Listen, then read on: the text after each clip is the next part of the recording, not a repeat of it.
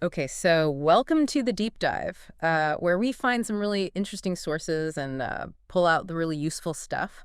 And today we are going to be looking at routines. Ah, yes, And we routines. have some source material from a language learning podcast where these two people, Sarah and John, Yeah, detail their routines. there's like a deep dive into daily rhythms, Yeah. right? Not just like what people do, but also um, all the practical stuff and even some of the language around structuring our days. Right. So really, like the mission here is to like understand how these routines are kind of built, and most importantly, I think like what are the benefits, right? Like a lot of times we talk about routines for being more organized or having more control, you know, over your time and your day and all of that stuff. Right. So yeah, we're gonna see what Sarah and John have to say about that. Okay, so let's just jump right into it.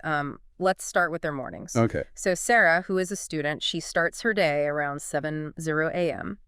And it's interesting, before she even gets out of bed, she takes some time to stretch and breathe. Well, that's a good idea. Yeah, and then she gets out of bed and then brushes her teeth, washes her face, and then has a light breakfast, which is usually oatmeal or toast.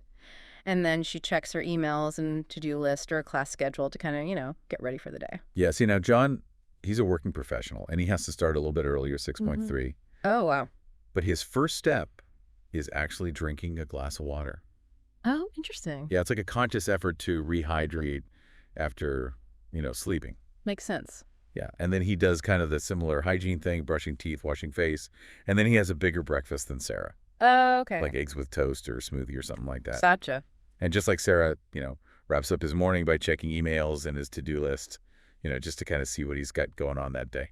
It's really interesting to me how many of those initial steps are shared. Totally. It's like the waking up and then the hygiene stuff, Yeah. getting some hydration in, and then having that first meal, and then that really key part of planning their day. Yeah. Makes me wonder if there's something like really fundamental about those things. I think so, and it's really cool to think about how these small little actions can actually impact the whole rest of your day, right? Like take Sarah stretching, for example. Right. So there's actually studies that show that even doing just a little bit of stretching, like, gently in the morning, Mm. increases your blood flow.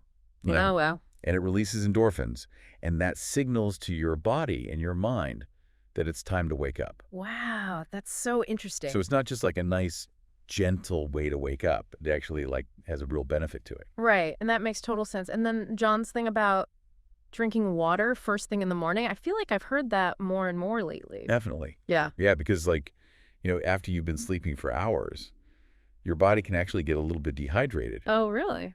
Yeah. And so like that first glass of water in the morning really helps to rehydrate you. And that can like, affect your energy levels and even like how well your brain works. Oh. And, we were talking about Sarah's light breakfast. It's kind of the same thing, all right? It's like getting fuel, but without like overloading your digestive system so that you're not, feeling sluggish later. Right. And then there's the to-do list, Yes. which seems so simple, right?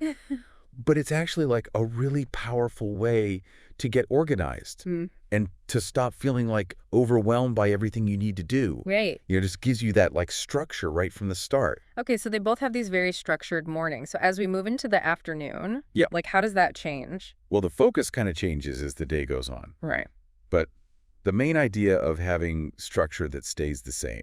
Right. Like for Sarah, her afternoons are usually full of, glasses and studying. And she said something really interesting. She mentioned taking short breaks to stretch. Yeah. Like it's not just a morning thing for her. Yeah. It's like a way to stay focused when she's doing, like a lot of mental work. Now, John, as you can imagine, his afternoons are pretty much all about meetings and working on projects. Yeah.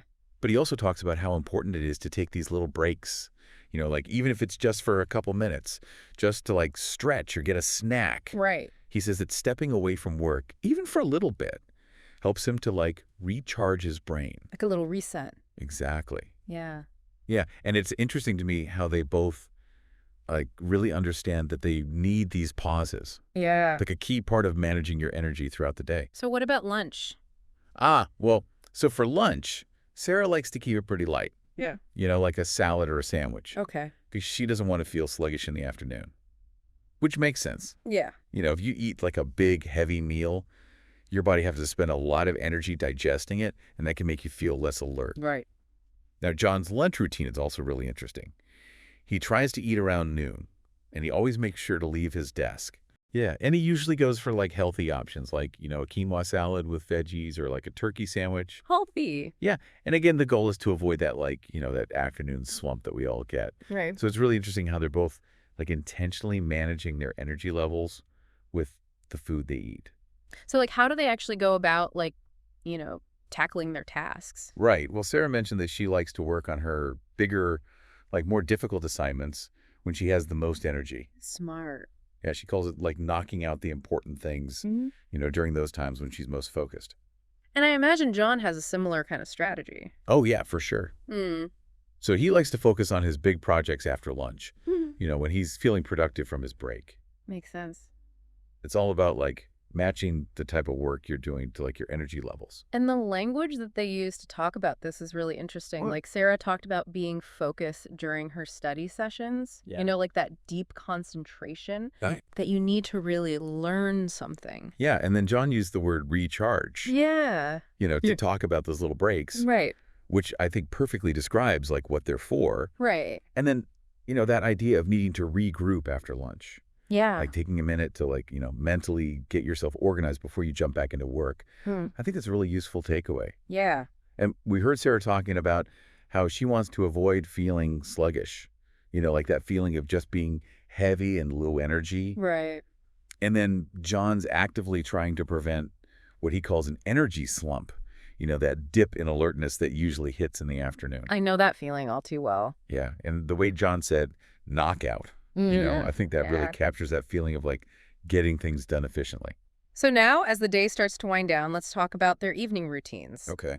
So for Sarah, it's all about unwinding after a day of classes. Yeah. She usually takes a short walk or does some light stretching to de-stress. And then dinner is usually pretty simple, like pasta with the vegetables or a rice bowl. Sounds good. And just like in the morning, brushes her teeth, washes her face, and then settles down to read or have some herbal tea and tries to be in bed by around 10:00 p.m. Now, John's evening routine is pretty similar. Okay. He also likes to relax after work, whether it's listening to music or going for a walk. Hmm. Dinner's usually around 7:00 p.m. And he also likes simple, healthy meals like grilled salmon and veggies or a stir fry. Okay. And he does his usual brushing teeth, washing face thing, Right. which he actually described as feeling like hitting a reset button. Oh. Like it's a signal that the day is really over. I like that. Yeah. And then he tries to avoid screens before bed, so he'll like read or listen to music instead. Mm. And he tries to go to bed at the same time every night around 10:30, which, is so important for regulating your sleep cycle. It's amazing to me how they both really prioritize that like wind down time in the evening It's so important. and, going to bed at the same time every night and trying to stay away from screens before bed. Yeah. That just shows how much they understand the importance of good sleep. Absolutely. Hmm. And the way they talk about their evening routines, Yeah.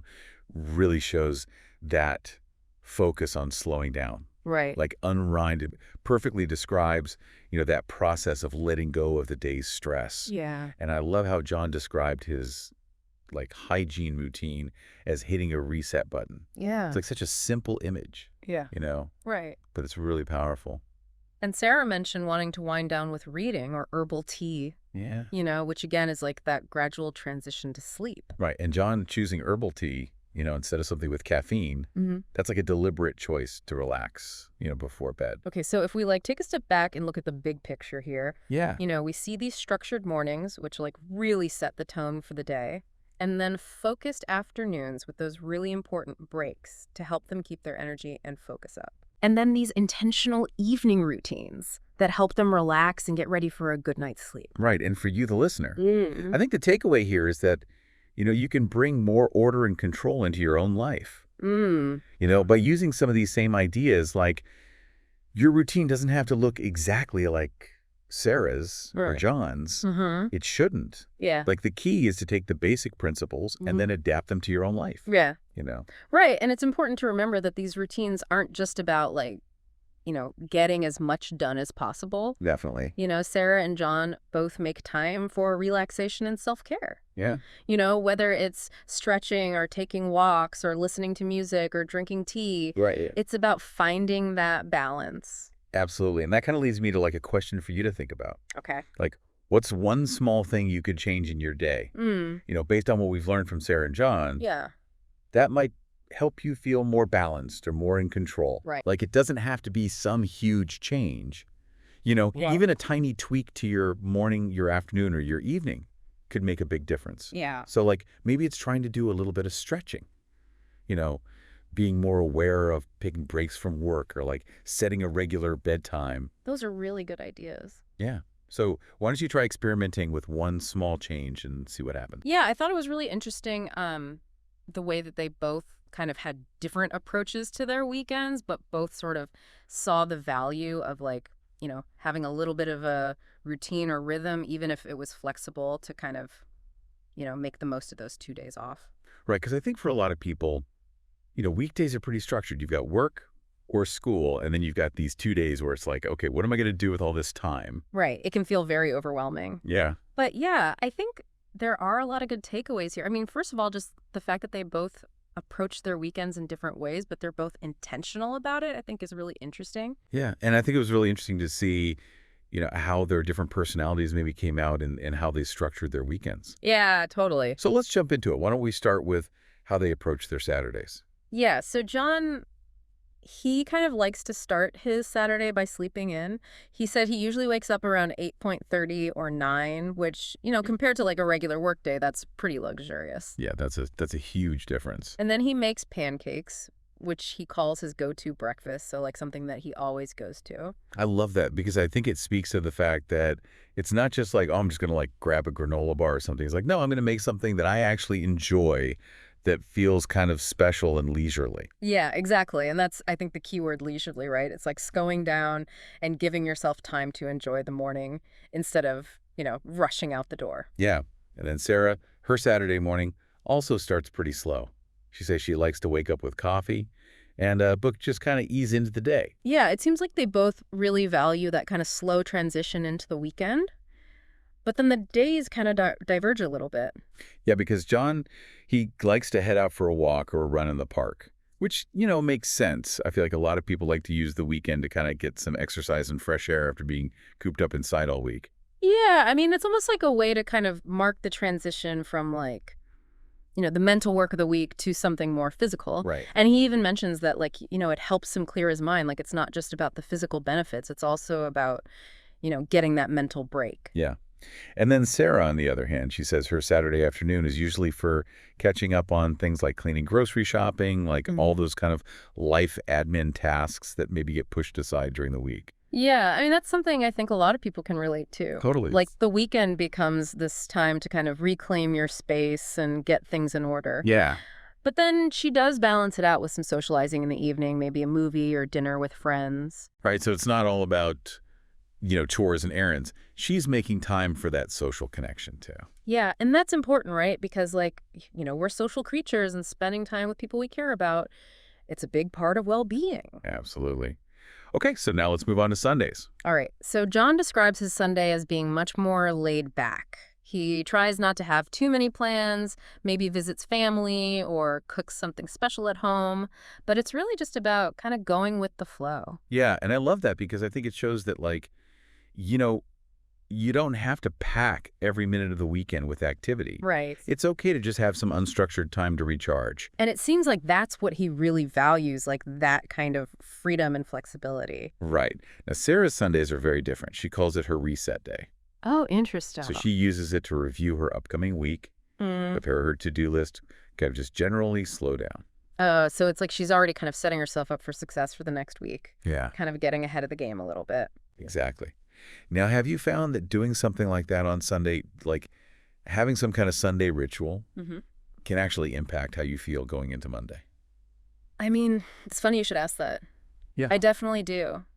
Even if it's just like a small thing, like, maybe taking a longer bath or spending some time reading or just like, kind of getting my thoughts together for the week, I find that it does make a difference. Yeah, like even just like a little bit of mental preparation can kind of ease that Sunday scaries feeling. Yeah, totally. So throughout this conversation, they use some really helpful vocabulary when it comes to talking about weekends. And I think it would be useful to go through some of those terms. Yeah, for sure. So first we have sleep. Yeah. In which they both mentioned doing on Saturday. I mean, that's a classic weekend activity, right? There's that feeling of like, not having to set an alarm and being able to wake up naturally. It's so liberating. Yeah, it's a small thing, but it makes a big difference. For sure. And then John used the term go-to to describe his pancake breakfast. Yeah, and I think everyone has those go-to things for the weekend, right? Whether it's a certain food or activity or even just like a place you like to go. Yeah, totally. Like for me, it's like going to the farmer's market on Saturday morning. Oh, no. It's just something that I always look forward to. And it's like a reliable source of enjoyment, right? Exactly. You know, it's going to be good. Okay, and then Sarah talked about needing to catch up on chores. Yeah, that's the less glamorous side of the weekend. Right, but it's real. It is real. Yeah. But I think it's important to acknowledge that, like, you know, sometimes the weekend isn't all about fun and relaxation. Sometimes you do have to, you know, take care of responsibilities. Right. And sometimes, getting those things done can actually make you feel more relaxed in the long run. Yeah, exactly. Don described his Sundays as laid back, which I think is a great word to describe that feeling of just like, not having to be anywhere or do anything specific. Yeah, and it's so important to have that kind of downtime, right? Yeah. It's when we can really recharge and kind of process everything that's happened during the week. Yeah. And then finally, we have Sarah's reset day, which I think perfectly captures that feeling of using Sunday to kind of prepare for the week ahead. Yeah, and I think it's a really useful reframing because it makes Sunday feel less like the end of the weekend and more like a transition. Yeah, I like that. So taking all of this into consideration, what do you think are some of the key insights about why having some kind of weekend balance or routine, even if it's flexible, is important? Well, I think what's really striking is that even though Sarah and John approach their weekends differently, they both demonstrate that they see the weekend as distinct from the work week, right? Right. Like they're both intentional about how they're using that time, even if it's not in the same way. Yeah, and I think that's a really important point because it's not about saying that everyone needs to have a super structured weekend. It's more about saying like, okay, how can I use this time to do the things that make me feel good and recharged? Yeah, exactly. And I think the key takeaway is that even if you're not a super organized person, having some kind of loose framework for your weekend can be really helpful. Yeah, and I think Sarah's point about there being no one-size-fits-all weekend is so crucial. What recharges one person might be totally draining to another. Right. So it's all about figuring out what works for you. Yeah, and I think the whole concept of a reset day is really interesting. It makes me think about how often do we actually take the time to reflect on the past week and plan for the week ahead? That's a really good point. I mean, most of the time we're just so caught up in the day-to-day that we don't really stop to think about the bigger picture. Right, and maybe taking some time on the weekend to do that could actually help us feel more grounded and less overwhelmed during the week. Yeah, I think so. So listeners, I hope this has given you some food for thought as you plan your next weekend. If you're someone who tends to just let the weekend happen, I like that. your hobbies and interests. Yeah. It's more than just how you kill time, right? Right. It's like how you express yourself, how you connect with people. For sure. And for this deep dive, we're using some pretty interesting source material excerpts from this English language learning podcast. And I know you might be thinking, okay, English language learning, what's that got to do with me? But the cool thing is they break down like the everyday language that people use to talk about the things that they love. And it's super useful for anyone who wants to understand or, just join in on these types of conversations. For sure. And that's what we're doing today, right? Exactly. We're extracting those key insights, Mm-hmm. the vocab, the phrases that people use when they're talking about their hobbies. Yeah. So think of it like this. You're getting like the insider knowledge to discuss what you love to do confidently. I love it. Let's jump into it.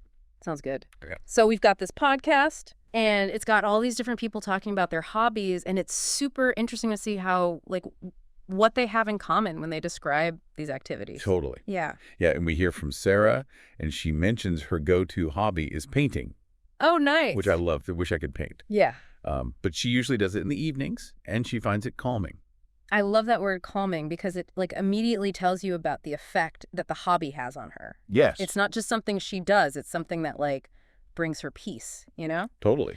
And then we have John, who's really into photography, Mm-hmm. particularly nature photography. Mm-hmm. He goes on these weekend hikes. Nice. And he uses this phrase, he says, disconnecting, Yes. when he talks about these hikes. What stands out to you about that word? Well, I think it's more than just the physical activity of hiking or even like the artistic pursuit of photography. Mm-hmm. It's almost like he's intentionally stepping away from the noise of technology, Right. from everyday life, and it shows you like a deeper need that this hobby fulfills. For sure, for sure. Now, John also mentions another interesting hobby. He's into cooking, Oh, fun. and he really enjoys trying out new recipes. Trying it. That's so simple, but it tells you so much about like how he approaches cooking. It's Yeah. like experimentation learning. Yes. A little adventure in the kitchen, you know. Yes. And then Sarah chimes back in and she mentions that she likes to bake on the weekends. I love to bake. Oh, yeah. Such a great hobby. Absolutely. And she describes the delicious things that she makes as a sweet reward. Oh, that's so cute. Isn't that lovely? It really is. It's like, it's not just food. It's like a positive result, you know, like a little treat that she earns for like her efforts. Yes. You know, it's these little descriptions that really make hobbies come to life. They do. Now, the source material also has this really helpful vocabulary breakdown from this person named Krystal. Okay. So she picks out 5 key phrases from this initial sharing. Mm-hmm. And the first one is calming. And as we saw with Sarah in her painting, it means something that makes you feel peaceful and relaxed. Yes. Then, of course, we have the word hobby itself, Uh-huh. which is simply defined as an activity you enjoy in your free time. Yeah. You know, Sarah and John have given us some great examples of that already. Absolutely. And next we have disconnecting, Yes. which Krystal explains as taking a break from technology or other distractions, which I think perfectly illustrates what John gets out of his hiking trips. That's right.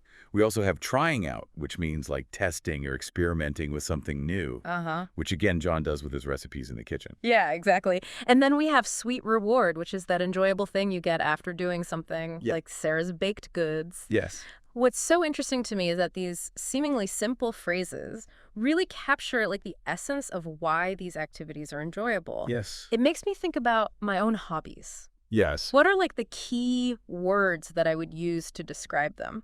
Yeah, and for you, the listener, you can see how you might apply these same expressions to your own life, right? Exactly. So if you love spending time in your garden and that makes you feel serene, you could say it's calming. Mm-hmm. If you dedicate your Saturdays to playing a musical instrument, that's your hobby. Exactly. It's as simple as that. Now, the conversation in our source material goes a little bit deeper, and it starts to explore why people enjoy their hobbies, I like that. which is where we get some really good insights. Okay. So John asks Sarah what makes hobbies important to her, Mhm. and her response is really insightful. Okay. She says that painting allows her to express herself, to tap into her creativity, to feel more centered, and she also mentions that it's a fantastic stress reliever, I like that. which are super powerful motivators. Yes. It highlights that hobbies aren't just about filling time. Right. They're really tied to our emotional and mental well-being. Yes.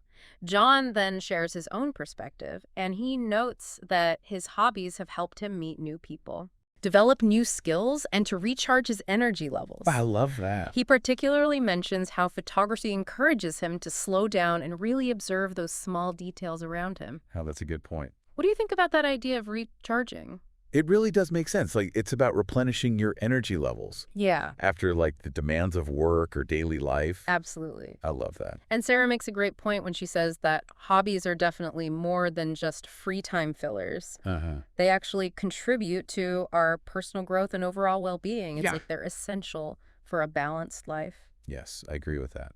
So that leads us to the second set of vocabulary that Krystal brings up, which focuses on the language of motivation. Oh, So we've got express myself, which Krystal clarifies as showing your feelings or personality through an activity, directly linked back to Sarah's painting. yes. Then there's stress reliever, which is something that helps to reduce stress. Right. Again, exemplified by Sarah's experience. Next is recharge, which means to rest and regain energy, which John associates with his time spent on his hobbies. Yes. And then finally, Krystal addresses the term free time fillers. Right. And she points out that while some people might see hobbies this way, Yeah, for many, they hold a much deeper significance. totally. And this raises a really interesting question for you. Like, what role do your hobbies play in your life beyond just occupying your spare time? Exactly. Are they a way for you to express yourself creatively? Right. Are they your go-to stress reliever after a long week? Ugh, Do they help you recharge and feel ready to tackle what's ahead?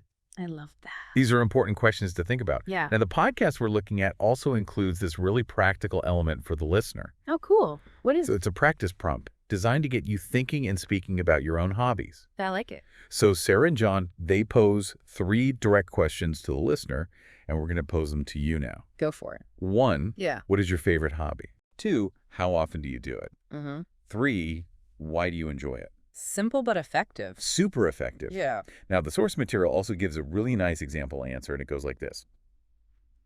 My favorite hobby is playing the guitar. I practice almost every evening. I enjoy it because it helps me relax and feel creative. I love that. And it directly answers all 3 questions. Yeah.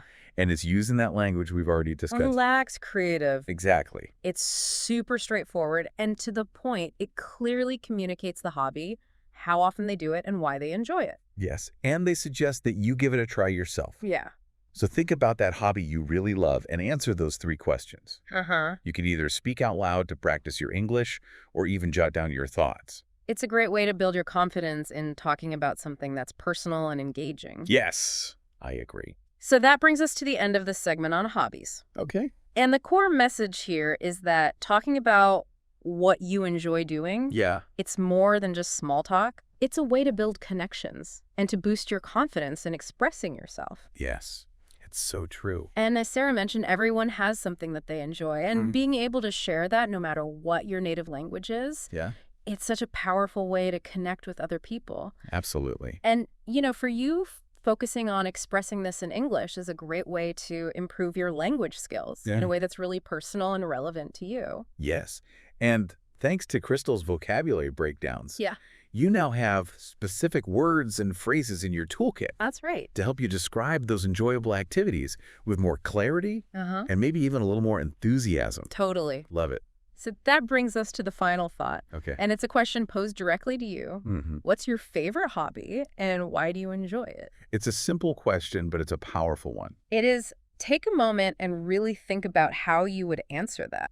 This is going to be useful for a lot of people. Yeah, and we've got some great material for this, some really practical stuff. And it's not just about like finding the right words. It's about how you express yourself, how you really bring those goals to life, you know, when you're talking about them. That's so important. Your goals are a big part of who you are, right? Totally. It's about expressing your ambitions. Yeah, ambitions, aspirations, it's all connected. The material we'll be looking at comes from, have you heard of the English Leap podcast? I have, yeah. So it's an episode with Sarah and John. They're the hosts, and they have this vocabulary expert named Krystal.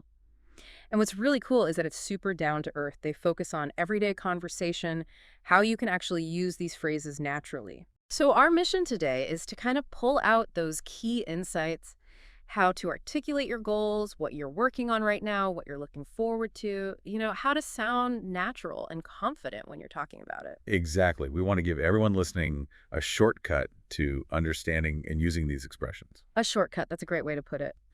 And to jump right in, why don't we start with how Sarah and John talk about their own goals in the episode? Great idea. Yeah. The podcast starts with them just sharing their personal goals. John mentions he wants to be more physically active, you know, get in better shape. So he started going to the gym 3 times a week. Oh, nice. Good for him. And he's trying to make it a long-term thing, you know, build a real habit. That consistency is so key, isn't it? It really is, especially with fitness goals. And then Sarah, she shows her goal, which is to improve her Spanish. Which is something so many people are working on. Absolutely. It's a common goal. And her strategy is to practice for at least 15 minutes every day. What I like is they're not just like stating these goals in the abstract. They're actually actively doing something. Or walking the walk. Yeah, exactly. So John then mentions another goal. He wants to travel more. Yeah. And he specifically mentions a trip to Japan that he's planning next year. Japan. Oh, wow. That's a dream trip for a lot of people. It is. And Sarah is like immediately excited about that. And you can tell it gives you something to look forward to, having a goal like that. You know, makes the present a little bit brighter. Yeah, it gives you something to work towards. Exactly. And this is where Krystal, the vocabulary expert, steps in. And she starts breaking down the language behind these goals, which I think is super useful for us today. The first phrase she talks about is working toward. She explains it as, you know, making an effort to achieve something. It's that active process. Yeah. And John's gym goal is like the perfect example. It's not just about wishing you were fitter. It's about actually putting in the work, you know, consistently going to the gym day after day, week after week. It's about the journey. Exactly. And then she talks about building a habit, like John going to the gym consistently. That's him trying to build a habit. It becomes part of your routine, right? Exactly. It's not just something you do randomly. It's something that you do regularly without even thinking about it too much. It's automatic. Yeah, it's like brushing your teeth. You start doing it as a kid, and now it's just part of your routine. You don't even think about it. You just do it. Exactly. And she then explains, pays off. This is, it basically means, the effort you put in will give you good results. And they talk about it in the context of learning a language, which I think is so relatable. That's a big one for our listeners, I bet. Yeah, for sure. Like, you don't become fluent in a day or a week or even a month, right? It takes time. It's a long game. But if you stick with it, it pays off. You eventually see those results. You reap the rewards. Exactly. And Krystal then talks about setting a goal. It's basically, deciding what you want to achieve. Yeah. Like Sarah deciding to practice Spanish for 15 minutes every day. That's her setting a goal. It's making it concrete. It's defining it. Yeah. And finally, Krystal explains something to look forward to, and she links it to John's travel plans.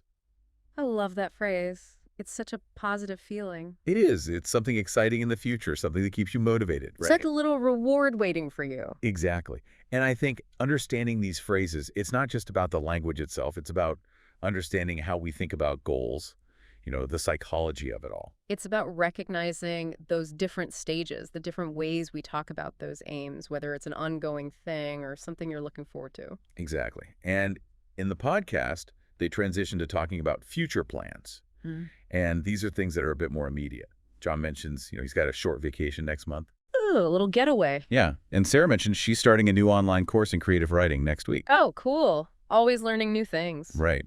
And this shift shows how we use different language for things that are happening soon versus, those bigger long-term goals. Makes sense. We adapt our language to the situation. Yeah. And the podcast highlights some common phrases for these near future plans. Things like, I'm going to, I'm planning to, I hope to, and I'd like to. These are really practical. We use these all the time, right? All the time. They give a few examples. So they have this example. I'm going to learn how to cook more healthy meals, which sounds like a pretty firm decision, It sounds like they've thought about it and they're ready to take action. Yeah, exactly. It shows intention. And then for I hope to, they have the example, I hope to run a 10K this year. Which sounds a little less certain, a little more aspirational. A little bit more. Maybe I will, maybe I won't. Exactly. It's expressing a desire, but it doesn't mean it's definitely going to happen. It's putting it out there. Yeah. And then for I'd like to, they have the example, I'd like to visit my grandparents more often, which sounds a bit more polite, like a wish. Like a gentle suggestion almost. Yeah, exactly. So, Krystal then comes back and breaks these down even further. She says that I'm going to is like your go-to phrase for definite plans. It's just straightforward. It's clear and direct. Yeah. And then I'm planning to is similar to going to, but it suggests that you've actually put some thought into it. You've made some preparations. You've taken some steps. Yeah, you've done some planning.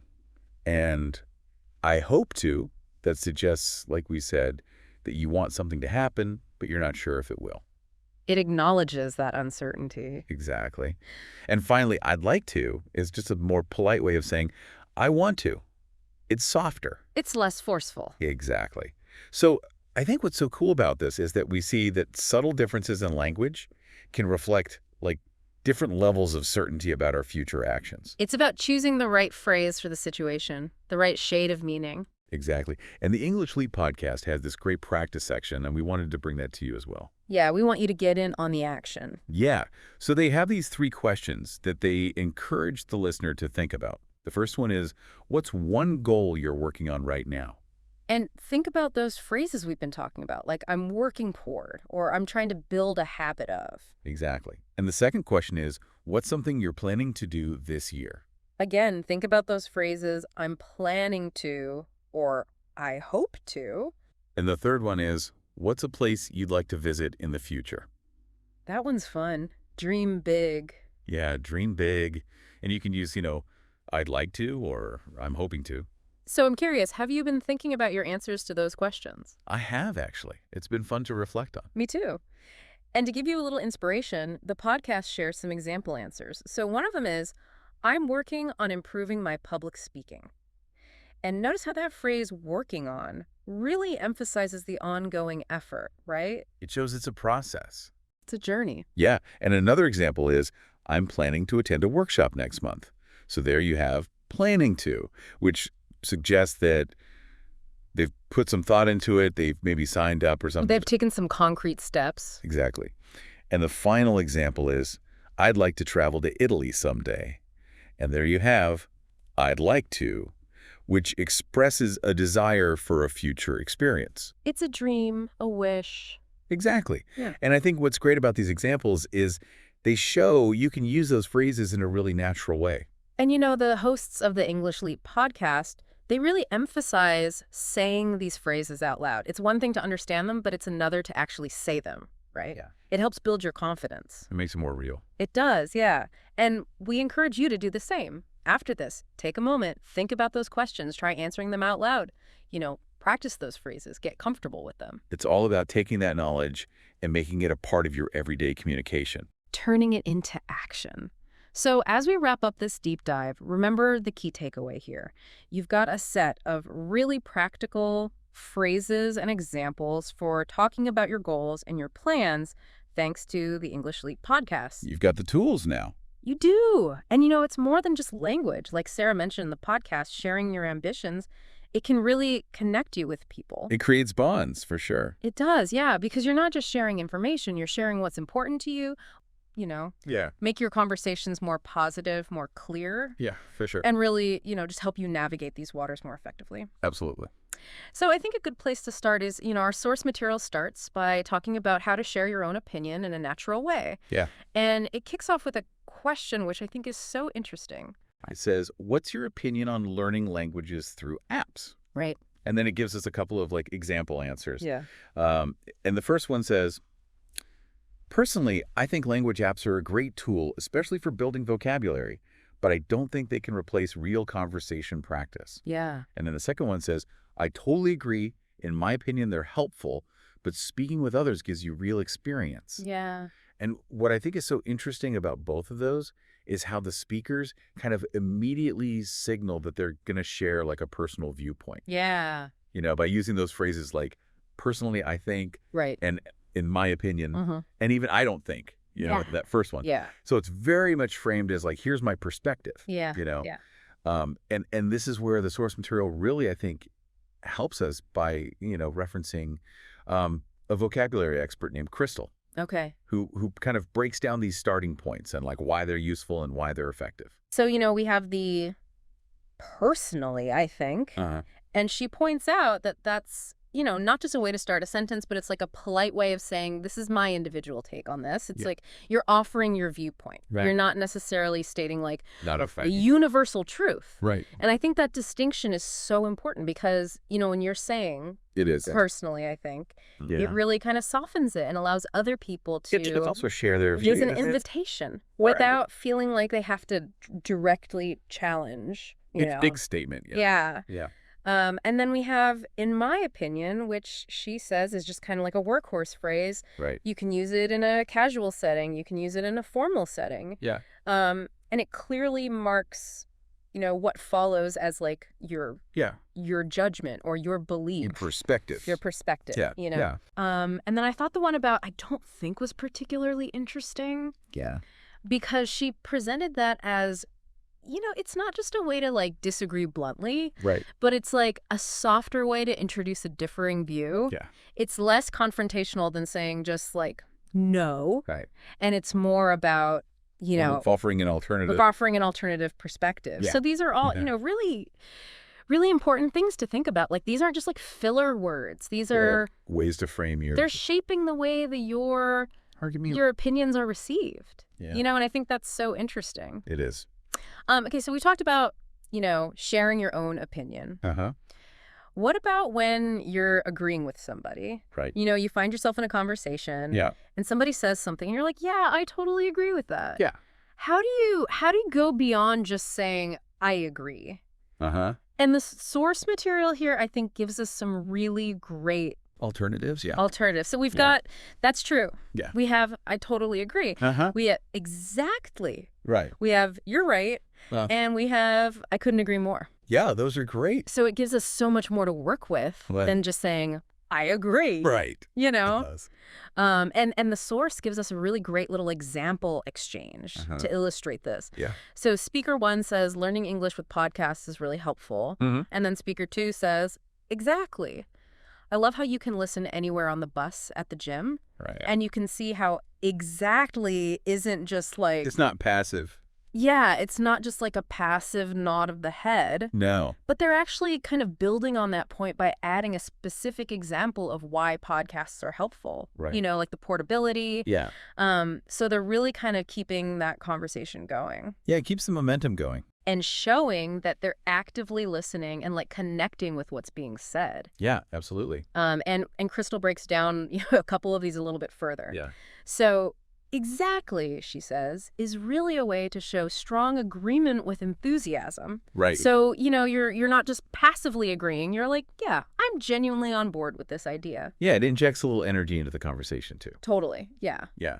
And then I couldn't agree more is kind of like That's a big one. the ultimate agreement. Yeah. Like, you know, you feel complete alignment with... You're all in. You're all in, Yeah. you know? Yeah. And then that's true, she points out, is more of like a subtle and Nice. neutral way to agree. Yeah. So maybe the speaker has stated, you know, a fact, and you're just acknowledging the accuracy of that. Right. So it's really about like choosing the right level of agreement Exactly. for the specific context and your own internal response, you know? Right.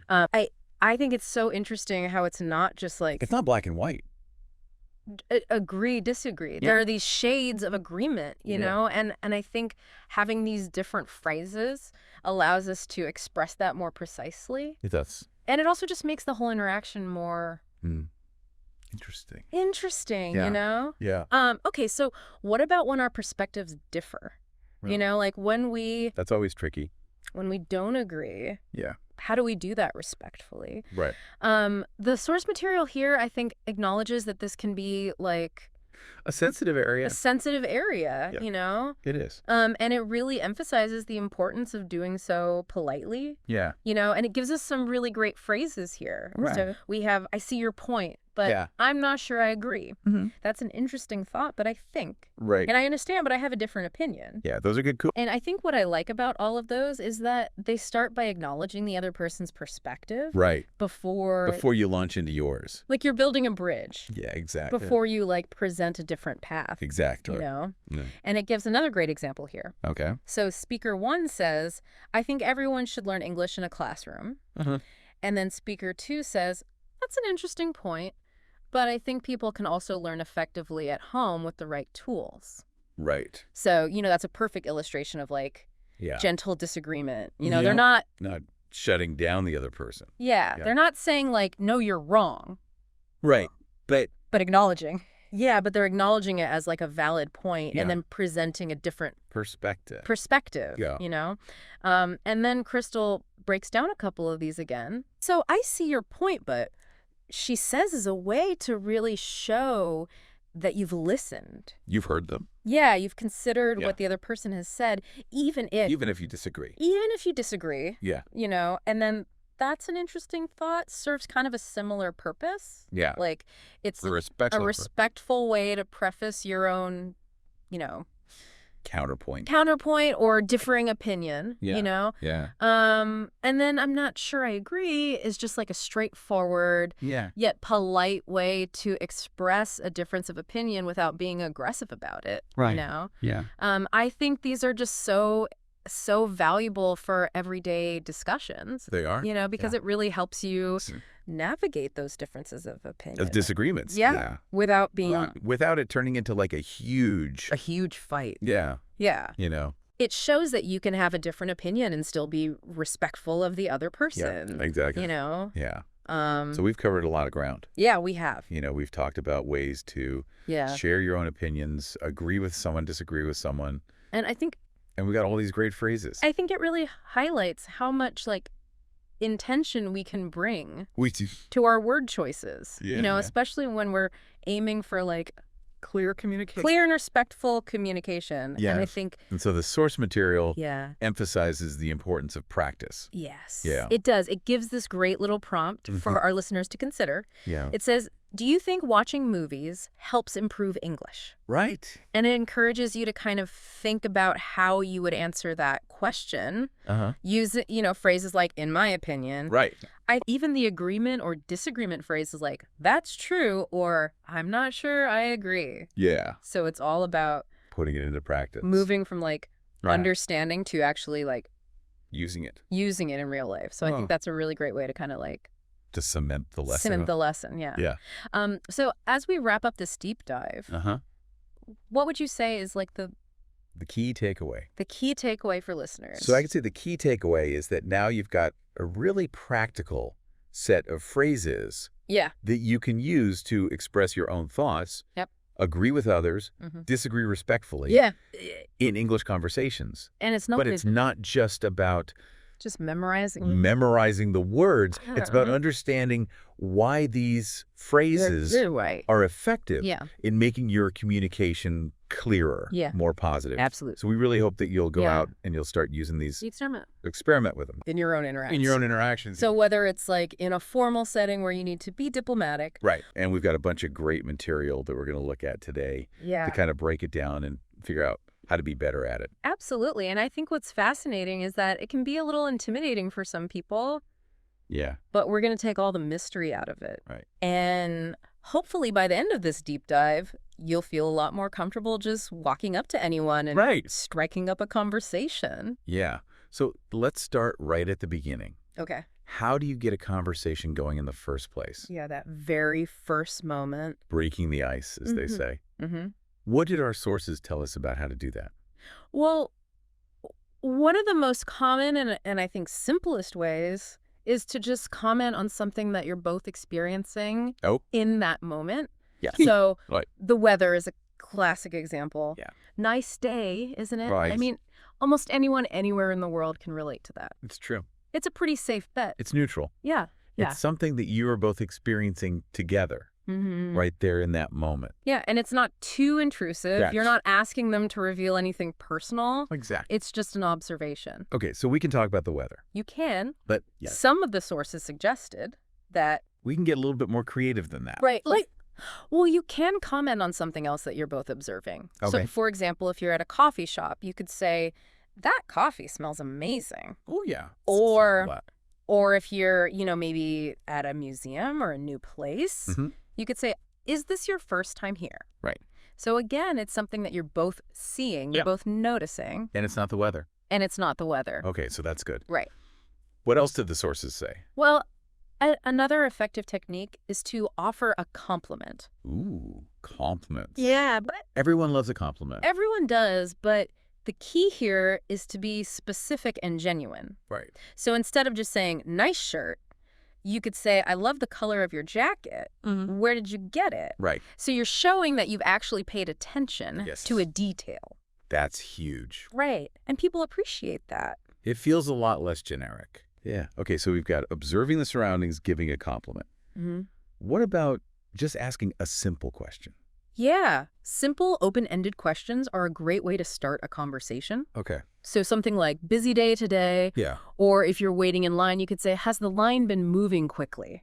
Mm-hmm. So these are questions that are easy to answer, Yeah. but they also give the other person a chance to say a little bit more. Right. It's not just a yes or no. Exactly. Okay, so all of these techniques that we've talked about, Mm-hmm. there's kind of like an underlying principle there Right. that makes them effective. Yeah. What is it? Well, they all kind of signal to the other person that you're open to having a conversation, Mm-hmm. but you're not being too demanding. Right. You're not jumping right into a deep conversation. Yeah. You're just sort of testing the waters. Yeah, it's that breaking the ice. Yeah. It's like, I'm here, Mm-hmm. I'm friendly, Mm-hmm. I'm open to chatting, Right. but I'm not going to force you into anything. Okay, so we've broken the ice. We have. Now, how do we keep the conversation going? Ah, yes, the art of keeping the ball rolling. Right. So what did the sources say about that? Well, I think the key takeaway here is asking good questions Okay. and specifically open-ended questions. Right. So instead of asking something like, are you enjoying the weather? Which could just lead to a yes. which could just lead to a yes. Right. You want to ask something that invites the other person to elaborate a little bit more. Exactly. So what were some of the examples that we found in the research? One that I liked was, what do you usually do on the weekends? Oh, yeah. That gets people talking about their hobbies or their interests. Hmm. Another good one was, how did you get into that line of work? Oh, that's a good one. Right? Because then they can talk about their career path Yeah. and their experiences. It's a little bit more personal, Yeah. but not too personal. Right. Exactly. And it's something that everyone has an answer to. Mm-hmm. They have a job. They got there somehow. Yeah. For sure. Okay, so those are good for kind of getting to know someone a little bit better. Yeah. But there are also some simpler ones, right? Oh, yeah, Yeah. definitely. Like something like, what do you do for fun? Mm-hmm. Or do you live around here? Right. These are less formal, Yeah. but they still give the other person a chance to talk Right. about themselves. Okay, so the goal here is to keep the conversation going, Yes. but also to kind of show the other person that you're interested in what they have to say. Yeah. And that's where active listening comes in. Oh, that's so important. It really is. So, nodding your head, making eye contact, Wow. asking follow-up questions, Right. all of those things show that you're engaged. And that makes the other person feel good. Exactly. Okay, so we've talked about starting the conversation. Mhm. We've talked about keeping it going. Yeah. But there's one more thing that we need to address. And what's that? Nervousness. A lot of people get nervous about small talk, They do. It's very common. especially. Especially if English is not your first language. Right. It can feel really intimidating. So what can we do about that? Well, first of all, I think it's important to remember that everyone feels awkward sometimes, Mm-hmm. even native English speakers. Right. So don't put so much pressure on yourself. Good advice. The goal is not to be perfect. Right. It's just to be friendly Yes. and to show that you're interested in the other person. So it's about connection It is. more than perfection. Absolutely. Okay. So what are some practical things that we can do to kind of calm those nerves? Well, one thing that I found really helpful is to practice some common starter phrases. Oh, that's a good idea. Yeah, so, just have a few things that you can say in your back pocket so that when you're in that moment, You're ready. you're ready. It's like having a script almost. It kind of is. A very, very loose script. Exactly. All right, that's a good one. And then what about those moments where you're in a conversation Yeah. and you just don't know what to say next? Right, you feel like it's stalling out. Yeah, Your mind goes blank. right. What do you do? Well, the sources that we looked at suggested just being honest.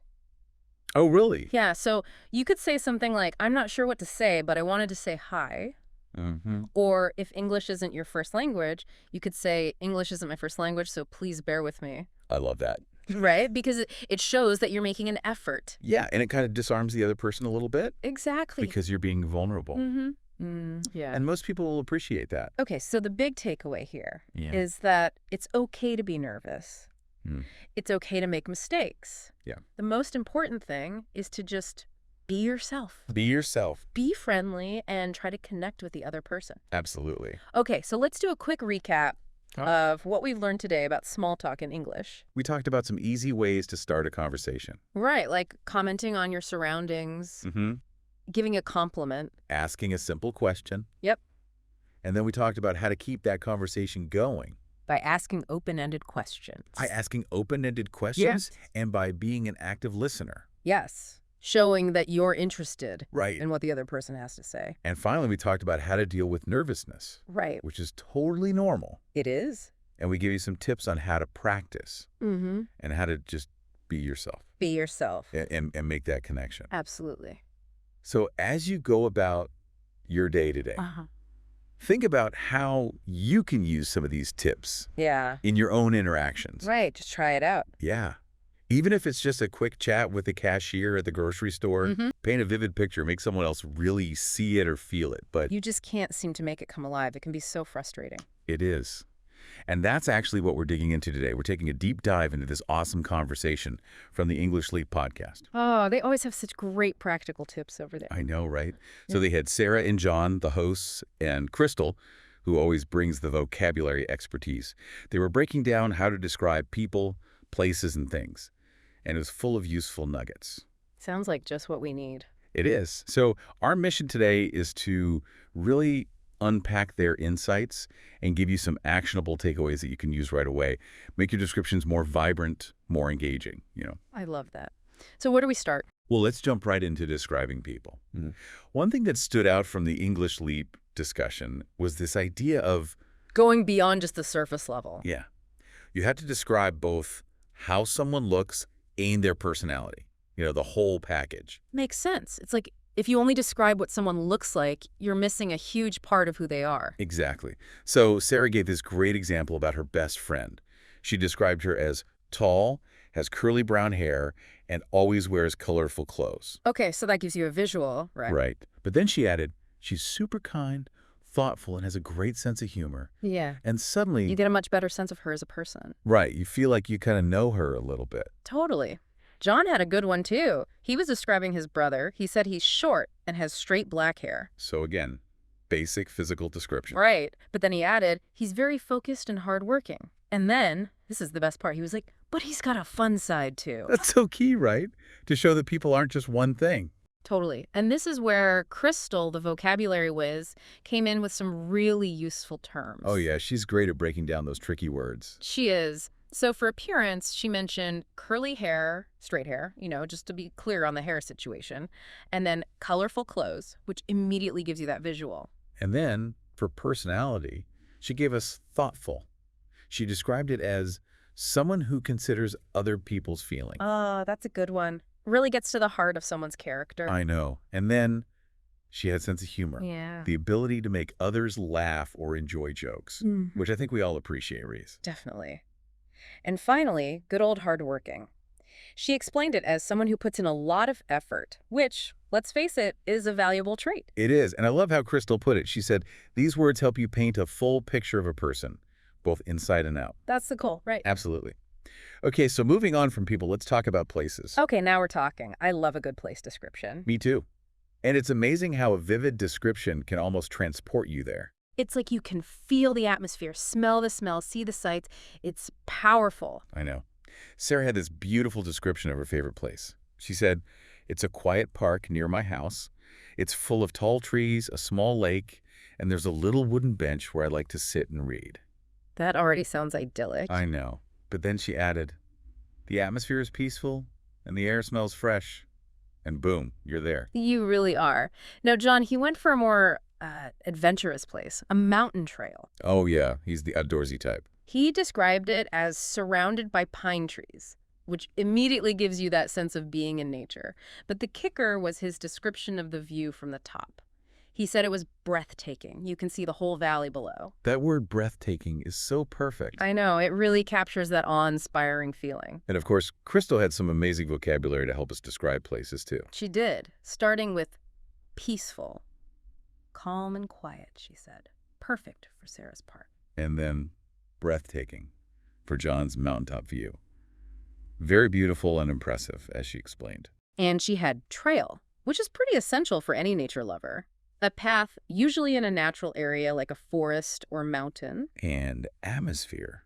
The feeling or mood of a place. It really sets the tone, doesn't it? Totally. And lastly, surrounded by, when something is all around you, like John's pine trees. I love how those words, even though they're describing places, often appeal to our other senses too. Like peaceful makes you think of quiet. Fresh makes you think of smell. Breathtaking, well, that's all about sight. It's true. And as Krystal pointed out, these phrases help create vivid, clear pictures in the listener's mind. And isn't that the ultimate goal of describing a place? Absolutely. Okay, so we've tackled people, we've explored places. Let's round it out with things, the objects we encounter every day. Okay, so how do we move beyond just saying it's a blue chair? Well, the English Leap folks talked about focusing on key characteristics. Things like color, size, material, and any special features. Right, so getting those essential details. Exactly. Sarah, for example, described her new backpack. She said it was dark green, medium-sized, and made of canvas. So you've got the basics covered. Right. But then she added, it has several pockets and a simple design, perfect for school or casual use. So you're not just describing the backpack, you're describing its purpose, too. Yeah. John did a similar thing with his new phone. He started with sleek and lightweight, with a big screen and a really sharp camera. So highlighting those key features. And then he added, the battery lasts almost 2 days, which is super helpful for work. Again, making it relevant to his life. And I think it was Sarah who made this great point. She was like, notice how we both mentioned color, size, material, and features. That's the key to describing things well. Such a simple framework, but so effective. I know. And naturally, Krystal gave us some great vocab for describing objects. She did. Starting with canvas. A strong fabric often used for bags or shoes, she explained, which clarifies what Sarah's backpack is made of. And then sleek. She said it means smooth and stylish in design, which fits John's phone perfectly. And lightweight. Easy to carry or not heavy. Always a good thing. For sure. And then more broadly, she mentioned feature, a quality or function of something, like a camera or pocket, and then got more specific with phrases like sharp camera, big screen. And you know, Krystal always drop in those wisdom bombs. She said, the more specific your words, the clearer your description becomes. Which is so true. Whether you're describing a hand-carved wooden box or the color of the ocean at sunset, the more specific you are, The more your listener will be able to imagine it. Exactly. Okay, so to quickly recap our descriptive deep dive inspired by the English Leap podcast, when describing people, remember to go beyond looks and include personality. And for places, try to capture the atmosphere, use sensory details, and words like peaceful or breathtaking can really make a difference. And for describing things, stick to those key characteristics: color, size, material, and features. And don't be afraid to get specific. Exactly. And let's not forget all that awesome vocabulary Krystal shared. Words like thoughtful, sense of humor, trail, sleek, canvas. They're like tools for your descriptive toolbox. They are. And you know what? They do this cool thing on the English Leap podcast called Practice Time for Listeners. Oh, yeah. And we're going to steal that idea. So listeners, get ready. Right now, or maybe later today, when you have a quiet moment, try to mentally describe 3 things. First, a person you really admire. Second, your absolute favorite place. And third, an object you use every day. But here's the catch. Try to use at least 3 specific descriptive details for each. It's a great way to put what we've learned into practice. It is. And before we wrap up, one final thought, inspired by a question John asked on the podcast. Think about one new adjective or descriptive detail that you learned today. That one word or phrase that really stuck with you. How could you use that word in your own conversations? How might it change the way you communicate and the way people understand you? It's about being intentional with your language and seeing how powerful even small changes can be. I love that. You know, being able to describe things clearly and vividly is such a valuable skill. It really is. And we hope this deep dive, inspired by the English Leap podcast, has given you some tools to make your communication even more awesome. So go out there and describe those people, places, and things like you've never described them before. And until next time, keep those descriptions coming.